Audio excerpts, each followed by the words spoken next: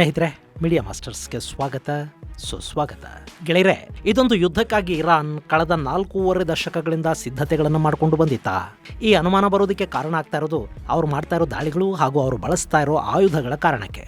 ಇಲ್ಲಿ ಇರಾನ್ನ ಸರ್ವೋಚ್ಚ ನಾಯಕ ಸಾವಿಗೀಡಾದ ನಂತರ ಇರಾನ್ ಶರಣಾಗುತ್ತೆ, ಅಲ್ಲಿನ ಆಡಳಿತ ಬದಲಾಗಿ ಬಿಡುತ್ತೆ ಅಂತ ಅಮೆರಿಕ ಹಾಗೂ ಇಸ್ರೇಲ್ಗಳು ಭಾವಿಸಿದ್ವು. ಆದರೆ ಅಲ್ಲಿ ಹಾಗಾಗ್ತಾ ಇಲ್ಲ. ಯಾಕೆಂದ್ರೆ ಇರಾನ್ನಲ್ಲಿರೋದು ಅಮೆರಿಕ ಅಥವಾ ಇನ್ಯಾವುದೋ ದೇಶದಲ್ಲಿನ ಪ್ರಜಾಪ್ರಭುತ್ವದಂಥ ಸರ್ಕಾರನೂ ಅಲ್ಲ, ಲಿಬಿಯಾದಲ್ಲೋ ವೆನೆಜುಲಾದಲ್ಲೋ ಇರಾಕಲ್ಲೋ ಇದ್ದಂಥ ಸರ್ವಾಧಿಕಾರಿಯ ಸರ್ಕಾರನೂ ಅಲ್ಲ. ಅಲ್ಲಿದ್ದದ್ದು ಥಿಯಾಲಜಿಯ ಆಧಾರದ ಮೇಲೆ ರಚನೆಯಾಗಿದ್ದ, ಇಸ್ಲಾಮಿಕ್ ಸೈದ್ಧಾಂತಿಕ ತಳಹದಿಯ ಮೇಲೆ ನಿಂತಿದ್ದ ಮತಗುರುಗಳ ನೇತೃತ್ವದ ಸರ್ಕಾರ. ಹೀಗಾಗಿ ಇರಾನ್ನಲ್ಲಿ ಒಬ್ಬ ಸರ್ವಾಧಿಕಾರಿಯ ಸಾವಿಗೆ ಯುದ್ಧ ನಿಲ್ಲೋದಿಲ್ಲ. ಇನ್ನು ಇದ್ದ ಸರ್ವಾಧಿಕಾರಿಗೆ ಕೂಡ ವಯಸ್ಸಾಗಿತ್ತು, ಆತ ಇವತ್ತಲ್ಲ ನಾಳೆ ಸಹಜವಾಗಿ ಸಾವಿಗೀಡಾಗ್ತಾನೆ ಅನ್ನೋದು ಕೂಡ ಅವರಿಗೆ ಗೊತ್ತಿತ್ತು. ಹೀಗಾಗಿ ಅಲ್ಲಿ ಆಡಳಿತವನ್ನು ನೋಡ್ಕೊಳ್ಳೋದಕ್ಕೆ ಒಂದಷ್ಟು ಲೇಯರ್ ಬೈ ಲೇಯರ್ ವ್ಯವಸ್ಥೆಗಳು ಕೂಡ ಆಗಿದ್ವು ಅನ್ಸುತ್ತೆ. ಸೊ ಇರಾನ್ ಕಾದಾಟವನ್ನು ಮುಂದುವರಿಸ್ತಾ ಇದೆ. ಬಹುಶಃ ತನ್ನಲ್ಲಿನ ಅಷ್ಟು ಆಯುಧಗಳನ್ನು ಖಾಲಿ ಮಾಡಿಕೊಳ್ಳುವವರೆಗೆ ಇರಾನ್ ಈ ದಾಳಿಗಳನ್ನು ಮುಂದುವರಿಸ್ತಾ ಹೋಗುತ್ತೆ. ಇನ್ನು ಇಸ್ರೇಲ್ ಹಾಗೂ ಅಮೆರಿಕಾಗಳು ಕೂಡ ಇರಾನ್ ಶರಣಾಗುವವರೆಗೆ ಯುದ್ಧವನ್ನು ಮುಂದುವರಿಸುವ ಶಕ್ತಿಯನ್ನು ಹೊಂದಿವೆ. ಇವರಿಬ್ಬರ ನಡುವೆ ಅಲ್ಲಿ ಸಮಸ್ಯೆಗೆ ತುತ್ತಾಗ್ತಾ ಇರೋದು ಆ ಭಾಗದ ಸುನ್ನಿ ದೇಶಗಳು.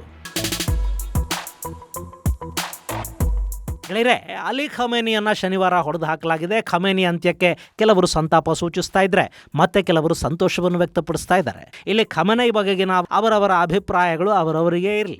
ಯಾರಿಗೋ ಖಮೇನಿ ಭಯೋತ್ಪಾದಕ ಅನ್ನಿಸಿರಬಹುದು, ಮತ್ತಾರಿಗೂ ಆತ ದೇವದೂತನ ಥರ ಕೂಡ ಕಾಣಿಸಿರಬಹುದು. ಆದರೆ ಖಮೇನಿ ಇರಾನಿನ ಸರ್ವೋಚ್ಚ ನಾಯಕ ಆಗಿದ್ದ. ಬಹು ರಾಜಕೀಯ ಕಾರಣಗಳಿಗಾಗಿ, ಶಿಯಾ ಸುನ್ನಿ ವಿಭೇದಗಳ ಕಾರಣದಿಂದ ಆತನನ್ನು ಅರಬ್ ದೇಶಗಳು ದ್ವೇಷ ಮಾಡ್ತಾ ಇದ್ವು. ಆತ ಸುನ್ನಿಗಳ ವಿರುದ್ಧ ಶಿಯಾಗಳಿಗೊಂದು ಶಕ್ತಿ ತುಂಬಿದ ನಾಯಕನಂತೆ ಕಾಣ್ತಾ ಇದ್ದ. ಹೀಗಾಗಿ ಶಿಯಾಗಳು ಆತನನ್ನ ಪ್ರೀತಿ ಕೂಡ ಮಾಡ್ತಾ ಇದ್ರು. ಇರಾನ್ನಲ್ಲಿ ಮಾನವ ಹಕ್ಕುಗಳನ್ನು ಆತ ದಮನ ಮಾಡಿದ್ದ. ಕಟ್ಟರ್ ಇಸ್ಲಾಂ ಹೆಸರಲ್ಲಿ ಸಾವಿರಾರು ಜನರ ಸಾವಿಗೆ ಕಾರಣ ಆಗಿದ್ದ. ಹೀಗಾಗಿ ಅಲ್ಲಿನ ಪ್ರಗತಿಪರರಿಗೆ ಈತನ ಬಗ್ಗೆ ಅಸಹ್ಯ ಶುರುವಾಗಿತ್ತು. ಶಿಯಾ ಆಡಳಿತ ಆ ಭಾಗದಲ್ಲಿ ಆವರಿಸಿಕೊಂಡು ಬಿಡಬೇಕು ಅನ್ನೋ ಕಾರಣಕ್ಕೆ ಸುತ್ತಮುತ್ತಲಿನ ದೇಶಗಳಲ್ಲಿ ಭಯೋತ್ಪಾದಕ ಸಂಘಟನೆಗಳು ಬೆಳೆಯೋದಕ್ಕೆ ಈತ ಕಾರಣ ಆಗಿದ್ದ. ಹೀಗಾಗಿ ಆ ಭಾಗದ ದೇಶಗಳು ಖಮೇನಿ ಬಗ್ಗೆ ಬೇಸರಗೊಂಡಿದ್ವು. ಕಾಶ್ಮೀರದ ವಿಷಯದಲ್ಲಿ ಆಗಾಗ ಮೂಗು ತೋರಿಸ್ತಾ ಇದ್ದ. ಸೊ ಭಾರತಕ್ಕೆ ಕೂಡ ಅಂಥ ನಂಟು ಖಮೇನಿ ಜೊತೆ ಬೆಳಿಲಿಲ್ಲ.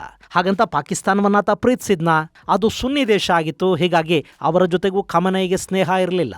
ಅಮೆರಿಕಾದ ಬಗ್ಗೆ ವಿಪರೀತ ಸಿಟ್ಟಿತ್ತು, ಯಹೂದ್ಯರ ಬಗ್ಗೆ ಅಪರಿಮಿತವಾದ ದ್ವೇಷ ಇತ್ತು. ಇವೆರಡು ರಾಜಕೀಯ ಕಾರಣಗಳಿಂದ ಅಲ್ಲ, ಬದಲಿಗೆ ಮತದ ಕಾರಣದಿಂದ. ಇದಿಷ್ಟನ್ನು ನಾವು ಅರ್ಥ ಮಾಡ್ಕೊಂಡ್ರೆ ಆತನ ಸಾವನ್ನ ಸಂಭ್ರಮಿಸಬೇಕಾದ ಅಗತ್ಯನೂ ಇರೋದಿಲ್ಲ. ಆತ ಸಾವಿಗೀಡಾದ ಅಂದ ಕೂಡಲೇ ರಸ್ತೆಗಿಳಿದು ಎದೆ ಬಡ್ಕೊಳ್ಳೋ ಅವಶ್ಯಕತೆ ಕೂಡ ಇರುವುದಿಲ್ಲ. ಆದ್ರೆ ಇವತ್ತು ಭಾರತದಲ್ಲಿ ಎರಡೂ ಆಗ್ತಾ ಇದೆ. ಖಮೇನಿ ಸಾವಿಗೆ ಭಾರತ ಸರ್ಕಾರ ಸಂತಾಪ ಸೂಚಿಸಬೇಕು ಅನ್ನೋ ಮಾತನ್ನ ನಮ್ಮಲ್ಲಿನ ಒಂದಷ್ಟು ರಾಜಕೀಯ ಪಕ್ಷಗಳು ಹೇಳ್ತಾ ಇಲ್ಲ, ಬದಲಿಗೆ ಒತ್ತಾಯ ಮಾಡ್ತಾ ಇವೆ. ವಿನಾಕಾರಣ ಆಗಾಗ ಭಾರತದ ವಿಷಯದಲ್ಲಿ ಮೂಗು ತೋರಿಸಿ ಅನಗತ್ಯ ಹೇಳಿಕೆಗಳನ್ನ ಕೊಡ್ತಾ ಇದ್ದ ಖಮೇನಿ ಬಗ್ಗೆ ನಮ್ಮಲ್ಲಿನ ಕೆಲ ರಾಜಕೀಯ ಪಕ್ಷಗಳಿಗೆ ಈಗ ಎಲ್ಲಿಲ್ಲದ ಪ್ರೀತಿ ಶುರುವಾಗಿದೆ. Once again vote bank politics. ಗೆಳೆಯರೆ, ಅಲ್ಲಿ ಖಮೇನಿ ಸಾವನ್ನ ಅರಬ್ ದೇಶಗಳಲ್ಲಿ ನಿಂತು ಸಂಭ್ರಮಿಸ್ತಾ ಇರೋರು, ಯುರೋಪಿಯನ್ ದೇಶಗಳಲ್ಲಿ ಸಂತೋಷವನ್ನು ಆಚರಿಸ್ತಾ ಇರೋರು, ಕಡೆಗೆ ನಮಗೆ ಸ್ವಾತಂತ್ರ್ಯ ಸಿಗ್ತು ಅಂತ ಇರಾನ್ನಲ್ಲಿ ಬುರ್ಖಾಗಳನ್ನು ಕಿತ್ತೆಸೆದು ಪಟಾಕಿ ಹೊಡಿತಾ ಇರೋರು, ಇವರೆಲ್ಲ ಕೂಡ ಮುಸ್ಲಿಮರೇ. ಸಮುದಾಯದ ನಾಯಕನೊಬ್ಬನ ಸಾವನ್ನ ಅದೇ ಸಮುದಾಯದ ಜನ ಸಂಭ್ರಮಿಸ್ತಾ ಇದ್ದಾರೆ ಅಂದ್ರೆ ಅಲ್ಲಿ ಅವರಲ್ಲಿ ಎಷ್ಟು ವೈಮನಸ್ಯಗಳಿರಬೇಡ. ನಮ್ಮಲ್ಲಿ ನಡೀತಿರೋ ಸೋಷಿಯಲ್ ಮೀಡಿಯಾ ಕದನವನ್ನು ನೋಡಿದ ಮೇಲೆ ನಿಮಗೆ ಇಷ್ಟು ಹೇಳಬೇಕು ಅನ್ನಿಸ್ತು ಅಷ್ಟೇ. ಇಲ್ಲಿ ನೀವು ಯುದ್ಧ ಮಾಡ್ಕೊಳ್ಳೋದಿಕ್ಕೆ ಹೋಗಬೇಡಿ. ಮಾಹಿತಿಯನ್ನು ಹಂಚೋದಿಕ್ಕೆ ಸೋಷಿಯಲ್ ಮೀಡಿಯಾ ಬಳಸಿ, ಬೇಕಿದ್ರೆ ಅಭಿಪ್ರಾಯಗಳನ್ನು ಕೂಡ ಹಂಚ್ಕೊಳ್ಳಿ. ಆದರೆ ಜಗಳದ ಭಾಷೆ, ಜಗಳದ ಮನಸ್ಥಿತಿ ಬೇಡ. ಯಾಕೆ ಈ ಮಾತನ್ನ ಇಲ್ಲಿ ಹೇಳ್ತಾ ಇದ್ದೀನಿ ಅಂದ್ರೆ, ಈಗ ಕೆರಳಿರೋ ಇರಾನ್ ತೀವ್ರವಾಗಿ ದಾಳಿ ಮಾಡ್ತಾ ಇರೋದು ಅಮೆರಿಕಾದ ಮೇಲಲ್ಲ, ಬದಲಿಗೆ ಅಕ್ಕಪಕ್ಕದ ಅರಬ್ ದೇಶಗಳ ಮೇಲೆ. ಅಲ್ಲಿ ಕೂಡ ಮುಸ್ಲಿಮರೇ ಇರೋದು. ಅಲ್ಲಿ ನಾಶವಾಗ್ತಾ ಇರೋದು ಮುಸಲ್ಮಾನರ ಆಸ್ತಿಗಳು ಮತ್ತು ಅವರ ಪ್ರಾಣಗಳೇ. ಅವ್ರು ಯಾರನ್ನು ಬಿಡ್ತಾ ಇದ್ದಾರೆ ನೋಡಿ. ಇರಾನಿಗೆ ಅಮೆರಿಕ ಜೊತೆ ಸಂಧಾನ ಮಾಡಿಸೋದಕ್ಕೆ ಪ್ರಯತ್ನ ಪಟ್ಟ ಒಮನ್ ಕೂಡ ಇರಾನ್ನ ದಾಳಿಗೆ ತುತ್ತಾಗಿದೆ. ಇರಾನ್ ಜೊತೆ ಸ್ನೇಹದಿಂದ ವರ್ತಿಸ್ತಾ ಇದ್ದ ಯುನೈಟೆಡ್ ಅರಬ್ ಎಮಿರೇಟ್ಸ್ ಮೇಲೆ ದೊಡ್ಡ ಪ್ರಮಾಣದ ದಾಳಿಗಳಾಗಿವೆ. ಮಧ್ಯಪ್ರಾಚ್ಯದಲ್ಲಿ ಇಸ್ಲಾಮಿಕ್ ಸಾಫ್ಟ್ ಪವರ್ ಅಂತ ಕರೆಸ್ಕೊಳ್ತಾ ಇದ್ದ ಇರಾನಿನ ಎಲ್ಲ ಪ್ರಾಕ್ಸಿಗಳಿಗೂ ಆಶ್ರಯ ಕೊಟ್ಟ ಕತಾರ್ ಮೇಲೆ ಕೂಡ ಇರಾನ್ ಬಾಂಬಿಂಗ್ ಮಾಡಿದೆ. Bahrain, Kuwait, Saudi Arabia, Iraq, Jordan, ಕಡೆಗೆ ಟರ್ಕಿಯ ಮೇಲೆ ಕೂಡ ಇರಾನಿನ ದಾಳಿಯಾಗಿದೆ. ಈ ಮೂಲಕ ಅಮೆರಿಕ ಇಸ್ರೇಲ್ ಶುರು ಮಾಡಿದ್ದ ಕದನವನ್ನ ಇರಾನ್ ಶಿಯಾ ಸುನ್ನಿ ಕದನವನ್ನಾಗಿ ಮಾರ್ಪಾಟು ಮಾಡಿಕೊಂಡು ಕೂತಿದೆ. ಗೆಳೆಯರೆ, ಇಲ್ಲಿ ಇರಾನಿನ ಇಸ್ಲಾಮಿಕ್ ಆಡಳಿತ ಉಳಿಯೋದು ಕಷ್ಟ ಅನ್ನೋದು ಅವರಿಗೆ ಗೊತ್ತು. ಹಾಗಂತ ಸುಲಭವಾಗಿ ಅದನ್ನು ಬಿಡೋದಿಕ್ಕೂ ಅವರು ಸಿದ್ಧ ಇಲ್ಲ. ನಾವು ನಾಶ ಆಗ್ತೀವಿ ಅನ್ನೋದಾದ್ರೆ ನಮ್ಮ ಶತ್ರುಗಳನ್ನ ನಾಶ ಮಾಡಿನೇ ನಾಶ ಆಗೋಣ ಅನ್ನೋ ಹಠ ಅದು. ಹೀಗಾಗಿ ಅರಬ್ ದೇಶಗಳಲ್ಲಿ ಟಾರ್ಗೆಟ್ ಆಗ್ತಾ ಹೋಗ್ತಾ ಇವೆ. ಇದರ ಪರಿಣಾಮ ಜಾಗತಿಕ ತೈಲ ಮಾರುಕಟ್ಟೆ ಮೇಲೆ ಆಗ್ತಾ ಇದೆ. ಹಾರ್ಮೋಸ್ ಜಲಸಂಧಿಯಲ್ಲಿ ಈಗಾಗಲೇ ಭಾರತ ಸೇರಿದಂತೆ ಸಾಕಷ್ಟು ದೇಶಗಳ ತೈಲ ಹಡಗುಗಳ ಮೇಲೆ ದಾಳಿಯಾಗಿದೆ. ಇದು ತೈಲ ಬೆಲೆಯ ಹೆಚ್ಚಳಕ್ಕೂ ಕಾರಣ ಆಗಬಹುದು. ಇನ್ನು ಗೆಳೆಯರೆ, ಈ ಅನಿಶ್ಚಿತತೆ ಅನ್ನೋದು ಬರೀ ಜಾಗತಿಕ ರಾಜಕಾರಣದಲ್ಲಿ ಮಾತ್ರ ಅಲ್ಲ, ಕೆಲವೊಮ್ಮೆ ನಮ್ಮ ಬದುಕುಗಳನ್ನು ಕೂಡ ಆವರಿಸಿಕೊಂಡು ಬಿಡುತ್ತೆ. ಅಂಥ ಸಂದರ್ಭದಲ್ಲಿ ನಮ್ಮ ನಂತರವೂ ನಮ್ಮ ಪ್ರೀತಿಪಾತ್ರರು ಸುಖವಾಗಿರಬೇಕು, ಸುರಕ್ಷಿತವಾಗಿರಬೇಕು ಅಂದರೆ ನಮ್ಮ ಹತ್ರ ಒಂದು ಟರ್ಮ್ ಇನ್ಶೂರೆನ್ಸ್ ಇರಬೇಕು. ಈಗಂತೂ ಟರ್ಮ್ ಇನ್ಶೂರೆನ್ಸ್ ಅನ್ನೋದು ತುಂಬ ಅಗ್ಗ ಆಗಿದೆ. ಪ್ರತಿ ತಿಂಗಳು 400ರಿಂದ 500 ರೂಪಾಯಿಗೆ ಒಂದು ಟರ್ಮ್ ಪ್ಲಾನ್ ಸಿಕ್ಕಿಬಿಡುತ್ತೆ. 5 ಲಕ್ಷಗಳಿಂದ ಕೋಟಿಯವರೆಗೆ ಕವರೇಜನ್ನು ಕೂಡ ಪಡ್ಕೊಳ್ಳೋದಕ್ಕೆ ಸಾಧ್ಯ ಆಗುತ್ತೆ. ಇನ್ನು ಆನ್ಲೈನ್ನಲ್ಲಿ ಟರ್ಮ್ ಇನ್ಶೂರೆನ್ಸನ್ನು ತಗೊಳ್ಳೋದ್ರಿಂದ 15% ಡಿಸ್ಕೌಂಟ್ ಕೂಡ ಕೊಡ್ತಾ ಇದ್ದಾರೆ. ಹಾಗೆ ನಿಮಗೆ ಅಂತಲೇ ಒಬ್ಬ ಡೆಡಿಕೇಟೆಡ್ ರಿಲೇಷನ್ಶಿಪ್ ಮ್ಯಾನೇಜರನ್ನು ಕೂಡ ಕೊಡ್ತಾರೆ. ಒಂದು ಟರ್ಮ್ ಇನ್ಶೂರೆನ್ಸ್ ನಮ್ಮ ಕುಟುಂಬವನ್ನು ಸದೃಢಗೊಳಿಸುತ್ತೆ ಅನ್ನೋದಾದರೆ ಆ ಬಗ್ಗೆ ನಾವು ಯಾಕೆ ಯೋಚಿಸಬಾರದು? ಈ ಬಗ್ಗೆ ಹೆಚ್ಚಿನ ಮಾಹಿತಿಗಾಗಿ ಡಿಸ್ಕ್ರಿಪ್ಷನ್ ಬಾಕ್ಸಲ್ಲಿರೋ ಲಿಂಕನ್ನು ಕ್ಲಿಕ್ ಮಾಡಿ.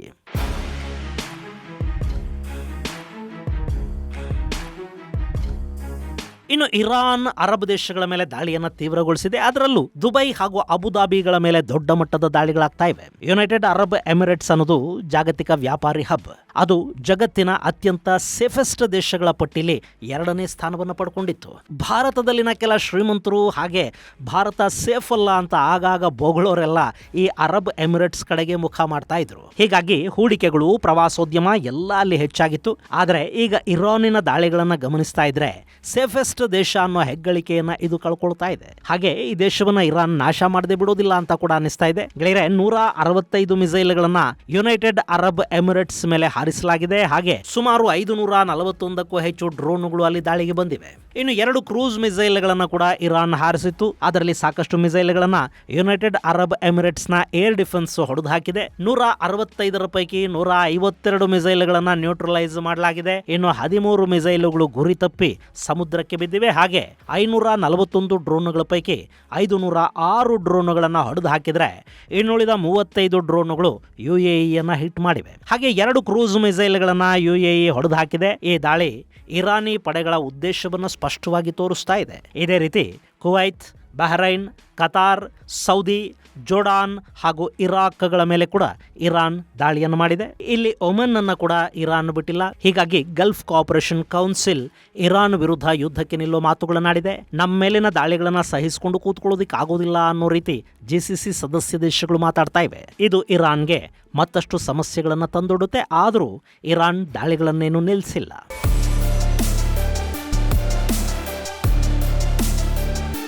ಇನ್ನು ಸೋಮವಾರ ಕೂಡ ಇರಾನ್, ಕುವೈತ್, ಬಹ್ರೈನ್, ಜೋರ್ಡಾನ್ನಲ್ಲಿರುವ ಅಮೆರಿಕದ ರಾಯಭಾರ ಕಚೇರಿಗಳನ್ನು ಗುರಿಯಾಗಿಸಿಕೊಂಡು ದಾಳಿಗಳನ್ನು ಮಾಡಿದೆ. ಅಲ್ಲದೆ ಕುವೈತಲ್ಲಿನ ಅಮೆರಿಕದ ಅಲಿ ಅಲ್ ಸಲೇಮ್ ಏರ್ಬೇಸ್ನಿಂದ 10 ಕಿಲೋಮೀಟರ್ ದೂರದಲ್ಲಿ F-15 ಈಗಲ್ ಯುದ್ಧ ವಿಮಾನವೊಂದು ಪತನ ಆಗಿದೆ. ಅದನ್ನು ಹೊಡೆದು ಹಾಕಿರೋದು ನಮ್ಮದೇ ಮಿಸೈಲ್ ಅಂತ ಇರಾನ್ ಹೇಳ್ತಾ ಇದ್ರೆ, ಮತ್ತೊಂದು ಕಡೆ F-15 ಅನ್ನ ಹೊಡೆಯೋದಕ್ಕೆ ಇರಾನ್ಗೆ ಸಾಧ್ಯ ಇಲ್ಲ.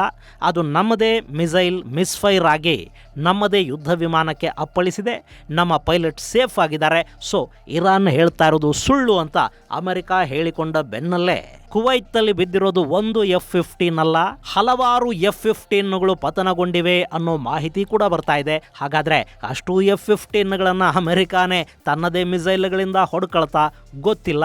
ಅಮೆರಿಕ ಇದುವರೆಗೆ ತನ್ನ ಯಾವ ವಿಮಾನವನ್ನು ಬೇರೆ ಯಾವುದಾದರೂ ದೇಶ ಹೊಡೆದಿದೆ ಅಂದ್ರೆ ಅದನ್ನ ಒಪ್ಪೋದಿಲ್ಲ. ಈ ಹಿಂದೆ ಆಪರೇಷನ್ ಸಿಂಧೂರ್ ಸಂದರ್ಭದಲ್ಲಿ ಭಾರತ ಕೂಡ ಅಮೆರಿಕ ಪಾಕಿಸ್ತಾನಕ್ಕೆ ಕೊಟ್ಟಿದ್ದ F-16 ಯುದ್ಧ ವಿಮಾನಗಳನ್ನು ಹೊಡೆದು ಕೆಡುವುದು. ಅದನ್ನೂ ಅಮೆರಿಕ ಒಪ್ಪಲಿಲ್ಲ.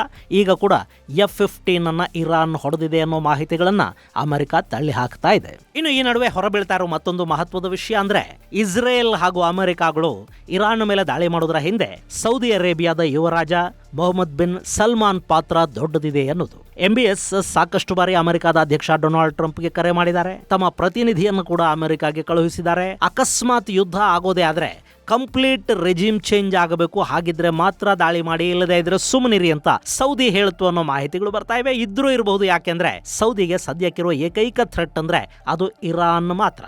ಅರಬ್ ದೇಶಗಳು ಸದಾ ಆತಂಕ ಭಯೋತ್ಪಾದನೆಯಲ್ಲಿ ನರಳೋ ಹಾಗೆ ಇರಾನ್ ಮಾಡ್ತಾ ಇದೆ ಅನ್ನೋ ಸಿಟ್ಟು ಸೌದಿಗಿತ್ತು. ಮಧ್ಯಪ್ರಾಚ್ಯದ ಎಲ್ಲ ಸಮಸ್ಯೆಗಳಿಗೆ ಇರಾನ್ನೇ ಕಾರಣ ಅಂತ ಅರಬರು ಭಾವಿಸಿದ್ರು. ಸೊ ಇರಾನಿನ ಇಸ್ಲಾಮಿಕ್ ರಿಪಬ್ಲಿಕ್ ಪತನ ಆದ್ರೆ ಅರಬ್ ನೆಲಕ್ಕೆ ನೆಮ್ಮದಿ ಸಿಗುತ್ತೆ ಅನ್ನೋ ಲೆಕ್ಕಾಚಾರಗಳು ಸೌದಿ ಅರೇಬಿಯಾಗಿದ್ವು. ಇದರ ಜೊತೆ ಇರಾನ್ ಇಸ್ರೇಲ್ ಮೇಲೆ ಕೂಡ ದಾಳಿಗಳನ್ನು ಮಾಡಿದೆ. ಆ ದಾಳಿಗಳಲ್ಲಿ ಇಲ್ಲಿವರೆಗೆ 777 ಮಂದಿ ಆಸ್ಪತ್ರೆಗೆ ದಾಖಲಾಗಿದ್ದಾರೆ ಅಂತ ಇಸ್ರೇಲ್ ಹೇಳ್ತಾ ಇದೆ. ಇದೆಲ್ಲದರ ನಡುವೆ ಇರಾನ್ನ ನಾಯಕರು ಅಮೆರಿಕದ ವಿರುದ್ಧ ತೀವ್ರ ಪ್ರತೀಕಾರದ ಮಾತುಗಳನ್ನು ಆಡ್ತಾ ಇದ್ದಾರೆ. ಸದ್ಯಕ್ಕೆ ಇರಾನ್ನ ಪ್ಲಾನ್ ಆಫ್ ಆಕ್ಷನ್ ಅನ್ನ ಜಾರಿಗೆ ತರ್ತಾ ಇರುವ ಅಲಿ ಲಾರಿಜಾನಿ ಖಮೇನಿ ಹತ್ಯೆಗೆ ಇರಾನ್ನ ಜನತೆ ಮತ್ತು ಇರಾನ್ನ ಸೇನೆ ಅಮೆರಿಕ ಹಾಗೂ ಇಸ್ರೇಲ್ಗಳಿಗೆ ಪಾಠ ಕಲಿಸ್ತಾರೆ. ನಮ್ಮ ಸೇನೆ ಅಮೆರಿಕದ ನೆಲೆಗಳನ್ನ ಅಮೆರಿಕದ ಆಸ್ತಿಗಳನ್ನ ಗುರಿಯಾಗಿಸಿಕೊಂಡು ದಾಳಿ ಮಾಡುತ್ತೆ ಅಂತ ಹೇಳಿದ್ದಾರೆ. ಇನ್ನು ಇರಾನ್ನ ಅಧ್ಯಕ್ಷ ಪೆಜೆಶ್ಕಿಯಾನ್ ಕೂಡ ಇರಾನ್ನ ಸರ್ವೋಚ್ಚ ನಾಯಕನ ಸಾವಿಗೆ ನಾವು ಪ್ರತೀಕಾರ ಹೇಳ್ತೀವಿ ಅಂತ ಪ್ರತಿಜ್ಞೆಯನ್ನ ಮಾಡಿದ್ದಾರೆ. ಈ ಮಾತುಗಳು ಹೊರಬರೋ ಹೊತ್ತಿಗೆ ಇರಾನ್ನ ಪ್ರಾಕ್ಸಿ ಹೆಜ್ಬುಲ್ಲಾ ಇಸ್ರೇಲ್ ಮೇಲೆ ದಾಳಿಯನ್ನು ಕೂಡ ಮಾಡಿದೆ.